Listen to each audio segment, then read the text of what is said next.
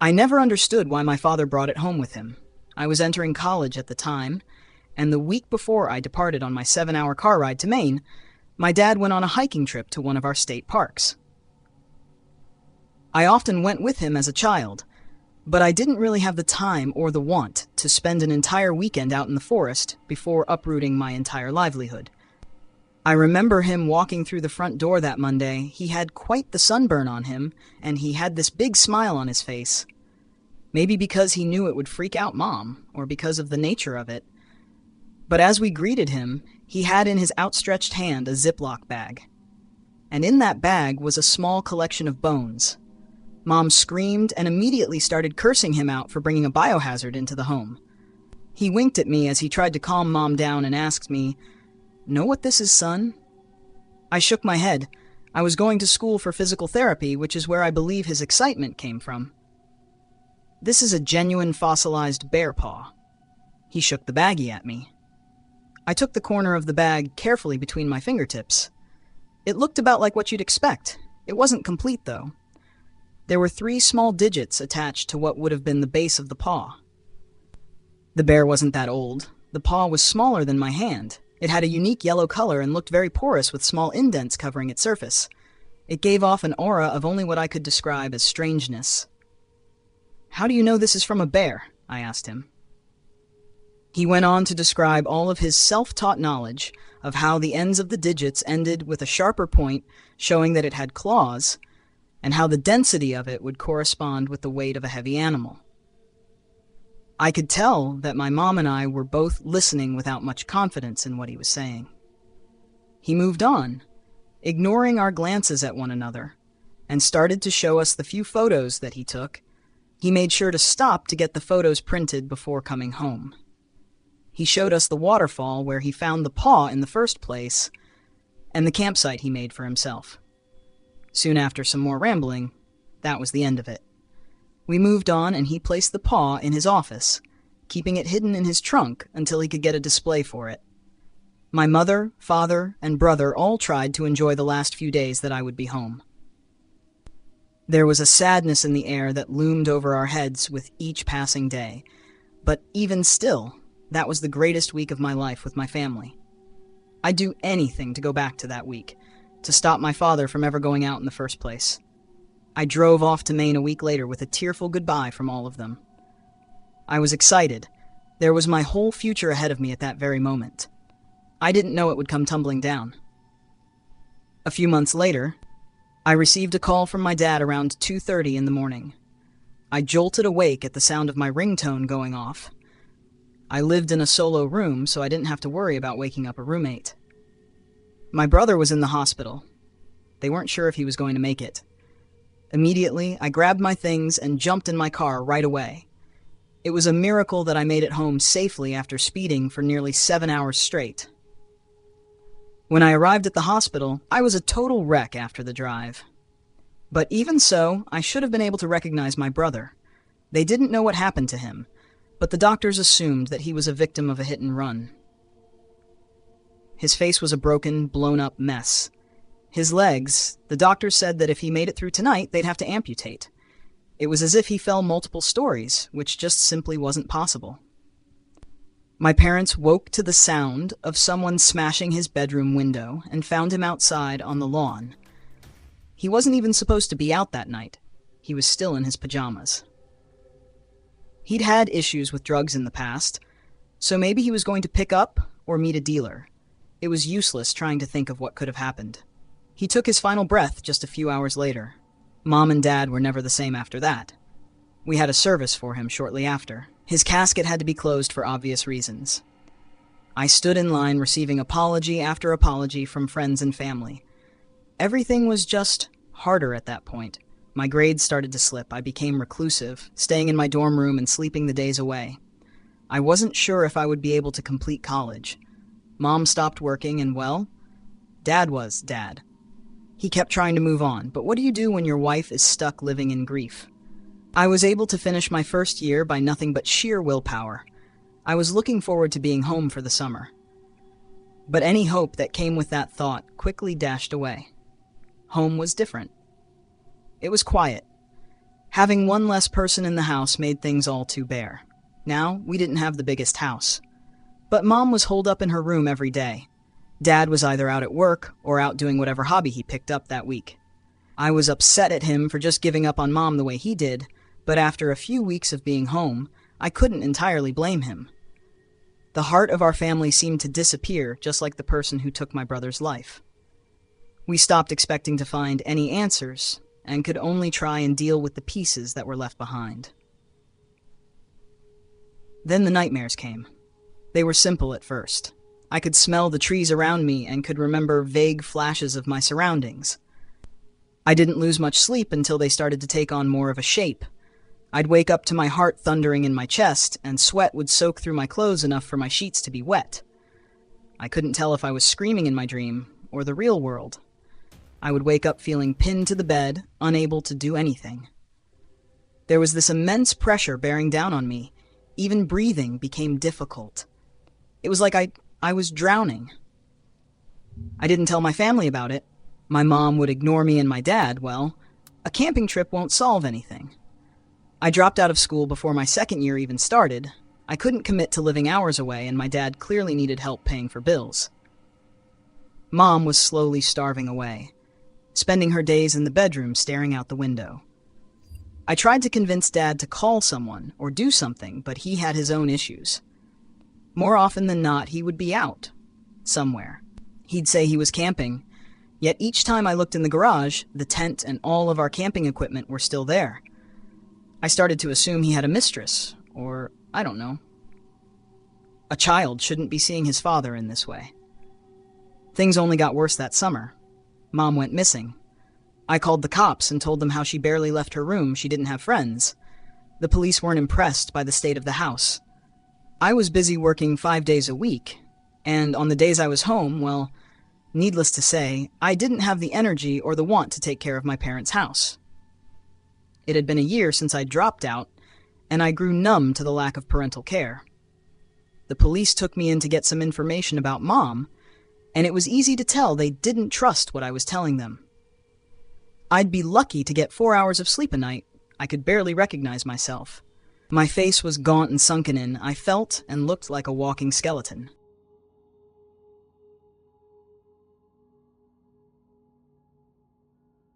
Here is the text you provided, copied and pasted as requested.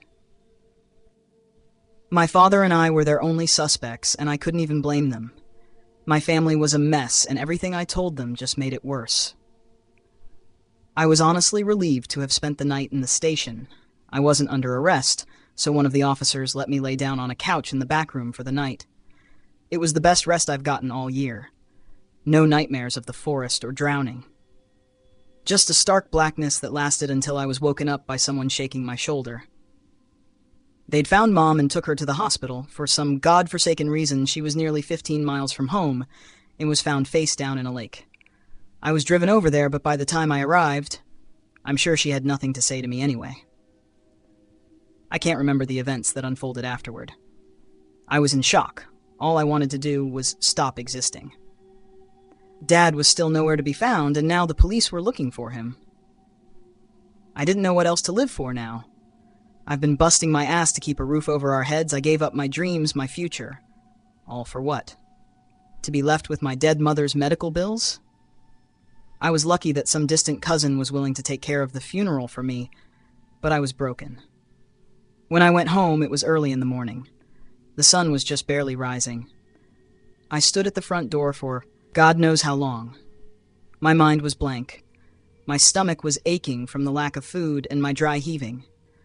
For a second, I almost expected my brother to be there. I finally stepped foot into the house and truly saw the state of ruin it was in. Trash was littered everywhere. Cobwebs were in every corner. It was a crypt for my family, and I was the only one standing in it. I could hardly leave the living room, but I looked in all the rooms.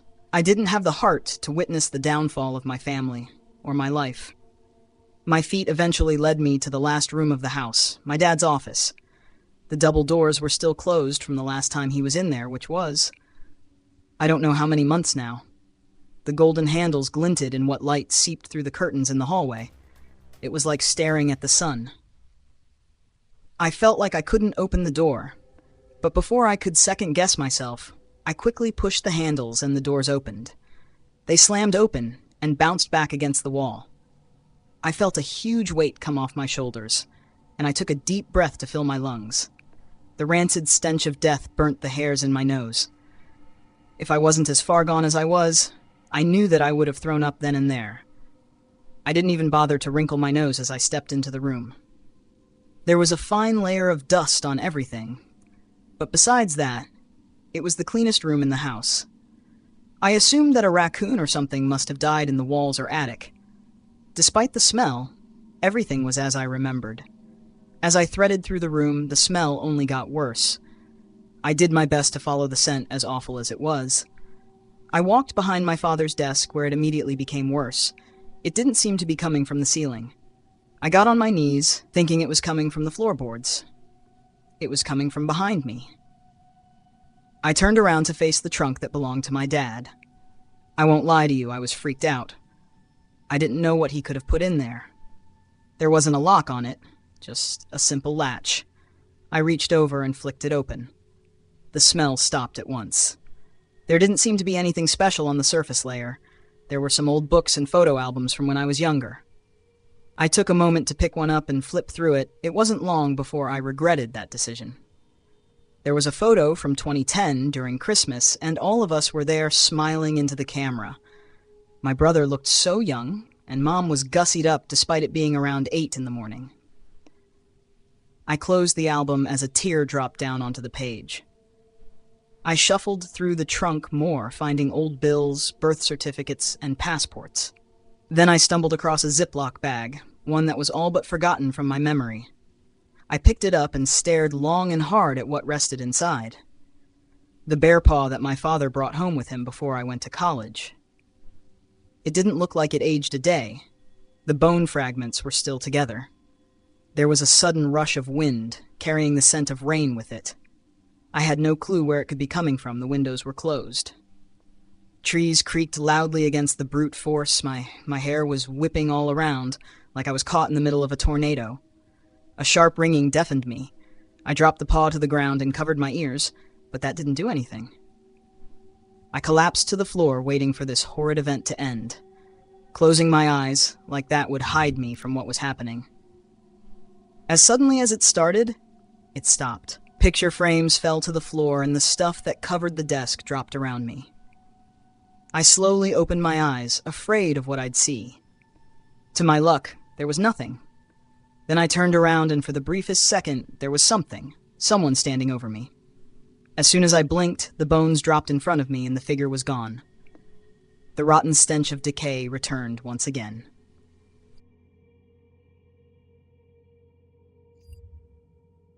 I picked up the bones. The baggie they were in was gone, and as I held them, they seemed to be holding on. I rushed out of the office and ran straight to the garage.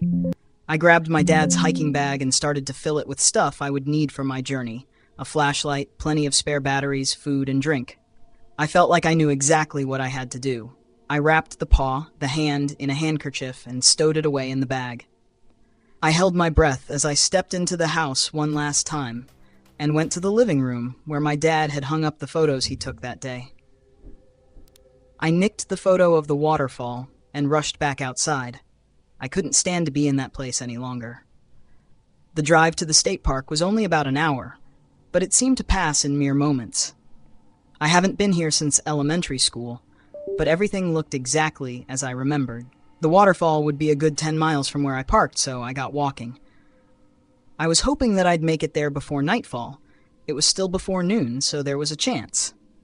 As I walked, I didn't see any other signs of life. There were no other hikers. Even the birds were silent. It would have been peaceful if it weren't for the increasing weight in my bag. Each mile I walked, it seemed to get heavier. My breaks kept happening more frequently the longer I walked. I've been sick and tired long enough, so I forced myself to push through. I'd be lucky to make it to the waterfall before dark. With about 2 miles left, I could hear the falls in the distance. It was a constant rush of noise, one that haunted my dreams for months on end. My clothes were soaked with sweat and my legs were absolutely killing me. I was never one to believe in magic or the supernatural. Hell, maybe this was just a coincidence, but in my heart, I knew that my brother's death, my mom, my father's waning psyche, all of it had to be connected to the day he took the hand from its resting place. When I finally arrived at the falls, the sun was fading fast. I gratefully dropped my bag to the earth and pulled out the hand and the photo my father had taken. I was certainly in the right place, but the falls were big. The waterfall itself was over 100 feet tall, and the pool that the water poured into was deep and stretched wide. When Dad came, there must have been a drought because the water was much deeper than the photo showed, and a hell of a lot colder than I could imagine. I placed the photo back in my bag and pulled out my flashlight. I didn't think I could let go of the hand if I wanted. Even with only 3 fingers, it was holding on tight enough to leave a bruise, I was sure. I clicked the light on and aimlessly thought of where I should begin. I couldn't go diving. Not only did I not have any equipment, but the strong currents would pull me under, and I didn't plan on joining the poor soul to whom I was connected. I started by walking to the base of the falls, looking straight up at the white current as it pummeled against rock and misted the air. I was shivering soon enough. I looked up and down the rock face, searching for any sign of I didn't know what. I did my best to think about where Dad would have found wherever the remains came from. I knew that there was more to this, why this curse was on my family. In the heart of this forest, all I could hear was the rush of water. I paused on the embankment that I was on, staring at the pool in front of me. The bones tugged at my hand as they became heavy as lead. I barely took a breath as my body slammed into the water. My muscles seized on me. I was never one for cold water, and with it being dark, I didn't know my eyes were closed until my hands crashed against slick rocks. The water stung my eyes as I opened them. My flashlight left my hand. I pushed against the earth and stood. The water came up to my chest after I was done flailing. The flashlight shined brightly at my feet. I took a deep breath and bent over. I opened my eyes once more and grabbed the light. I nearly sucked in water as I choked on my gasp. Even with the water blurring my vision, I knew exactly what I saw. Hidden away from the sky above, I saw the hand, and with it a vague illusion like it was reaching out for me. Hidden under the sediment, enveloped with roots, plants, and growing algae, a skeleton of a young child was reaching out for help. Only now, years later, did they finally grab hold. I pushed myself to the surface once more and walked to dry land. I sobbed and sobbed, and in pauses for breath, I could hear the birds and the crickets once more. I spent the night in those woods, thinking of my family. I fell asleep as soon as I submerged myself in my sleeping bag. At first, I didn't know if I should leave the mystery of the child be, but having heard the rushing sound of water in my nightmares in these last months, I thought they too should be free from that. When I told the police that there was a body at the falls, they were hesitant to react, but in time, they were able to recover the body. The boy was about 13 and was declared missing 25 years ago. The injuries on the boy suggested he fell from the falls and broke his legs and a few ribs. He couldn't swim, so he drowned. His name was Brian Overhill. His father went missing the same day, leaving Brian's mother without her husband and without her son. She would tell the cops that they went hiking and never came back. I never saw my father again. Brian's mother wanted to meet me, the news wanted to interview me, and there were even talks of a documentary about the missing case. I would never be able to tell them the truth, that my dad brought home something dark with him, and that it took 3 lives in return. I've since sold the house and have been doing my best to take care of myself, but there are still some nights I still feel myself drowning. I don't think that'll ever leave me. But for now, I try my best to keep my head above the water.